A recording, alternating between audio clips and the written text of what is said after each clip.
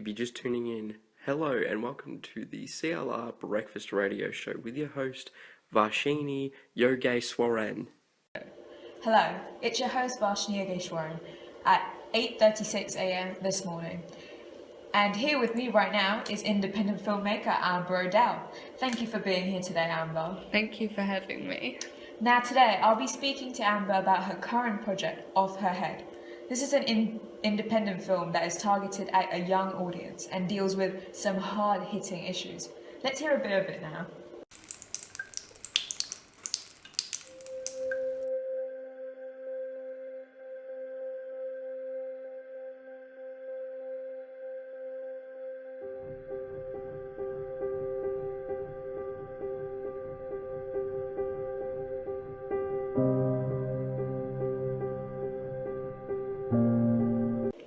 Now, could you tell us a little bit about your film in general?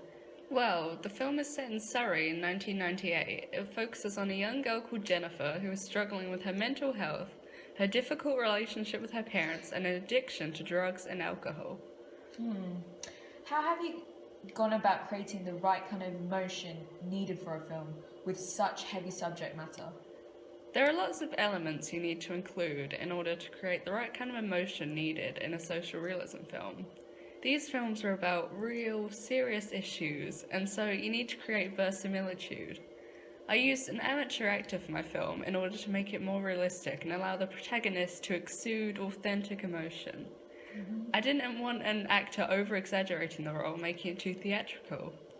I also made the choice to shoot the scene mainly using extreme close-ups in order to hopefully create some meaning behind each action, and therefore show the audience some real emotion. These close-ups give the audience a real insight into the character and allow them to really draw meaning from the detail in the shots, perhaps about the way she's feeling currently or why she's doing what she's doing in the scene. So what kind of mise-en-scène do you use to create meaning in the film?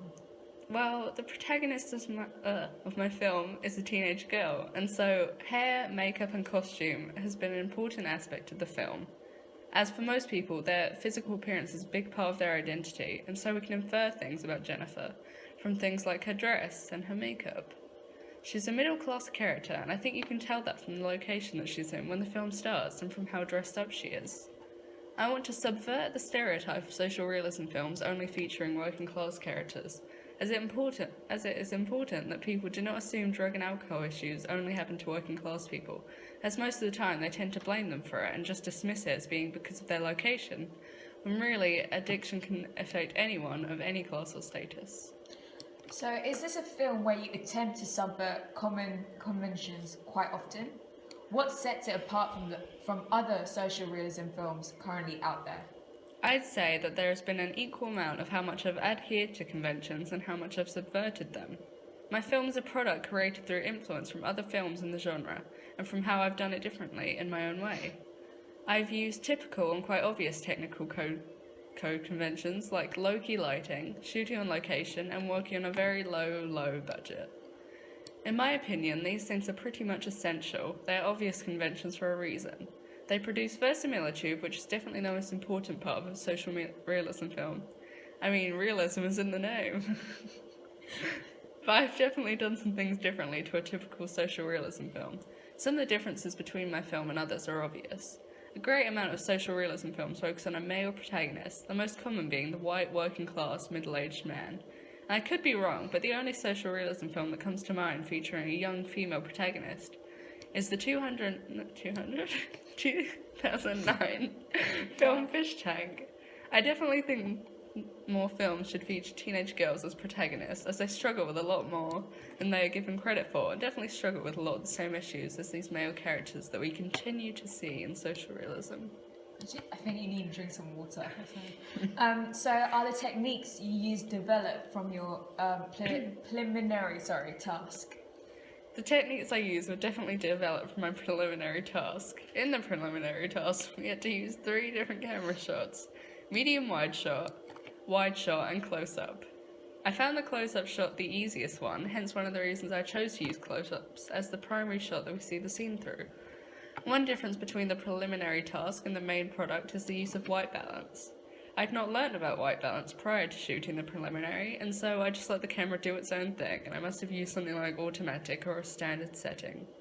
However, in my bathroom, I really had to make sure the setting suited my brightly lit bathroom and still remained acceptable for a social realism scene. The bathroom was so bright it was almost orange, and obviously a saturated and warm-looking location was nowhere near ideal for my hard-hitting slice of life piece. Therefore, I adjusted the setting to tungsten in order to combat the white hue with a blue tone, which worked well and helped create the image of a desolate environment and lonely, empty mental state within a typically domestic area that I initially pictured, and could be reminiscent of the intro of London to Brighton, which took place in a public bathroom. Another technique I put into the action in order to play to my strengths was to turn my intro into a poetic intro that featured no other characters and no dialogue. I believe this would make the intro more professional, more realistic, and also adhere to my personal film aesthetic.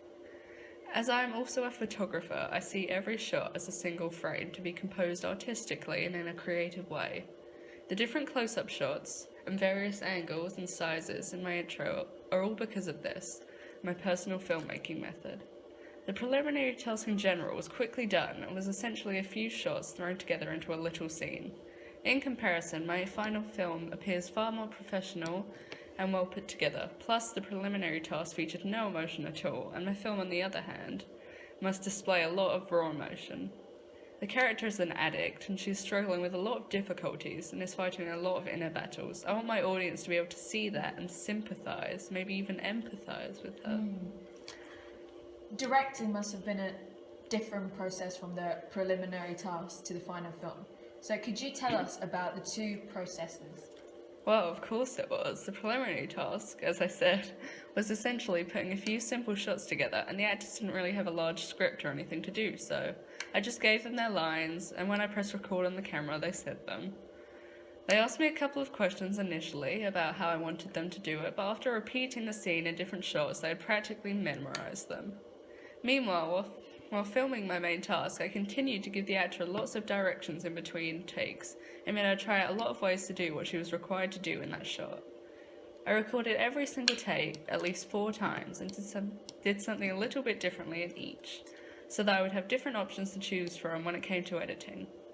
My directing was very hands-on for the main task. I interacted a lot with the actor and followed the second draft of my storyboard during the entirety of filming.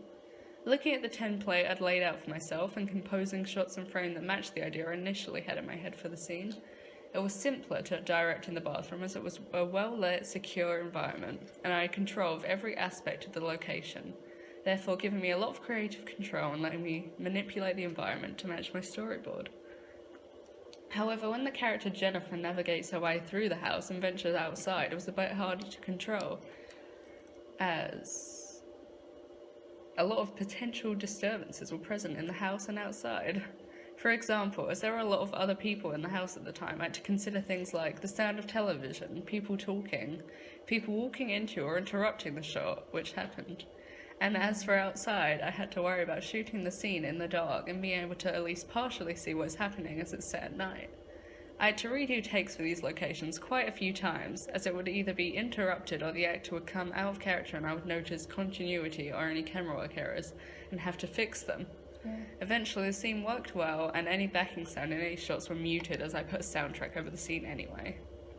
So am I correct in saying that you didn't need to worry about representation in your preliminary task, I'm so sorry, as compared to your main project? That's true. I didn't need to create any form of representation in my preliminary task at all. While in my main task I had to represent age, class and status and disability all in one scene. Luckily, there were ways in which I could associate these themes. For example, disability can link to age because of the high amount of young people who have some form of mental illness and suffer, mostly in silence, as they're too embarrassed to or shy to speak out about it. Therefore, the development of my representation in the main task comes from the research of previous social realism films and about microcodes such as the handheld camera movement that can be seen throughout, used to create meaning. How was the editing process for the main task? Did you learn a lot from editing the preliminary task? Well, the preliminary task was when I pretty much learned how to use the editing software iMovie. So luckily the editing only called for different shots to be cut together, and from there I managed to work out how to use the software correctly and edit sound, clip length, and titles. Editing was easy after I had understood how to do certain things, as I could put the clips into a rough order and then trim them down and arrange them in a way I wanted to that adhered to my storyboard. To create the sound needed from the beginning of the intro, I had to take an audio extract from one of my clips of the tap rolling and duplicate it several times to put over the previously muted clips. Wow, well, this has been an enlightening experience, and I would love to speak more about this, but unfortunately, we have to move on to our next segment. It's been a pleasure to have you here today, Amber. Thank you. I love the film, and I hope the public does too when it's released. It's been a pleasure to be here today. Thank you very much.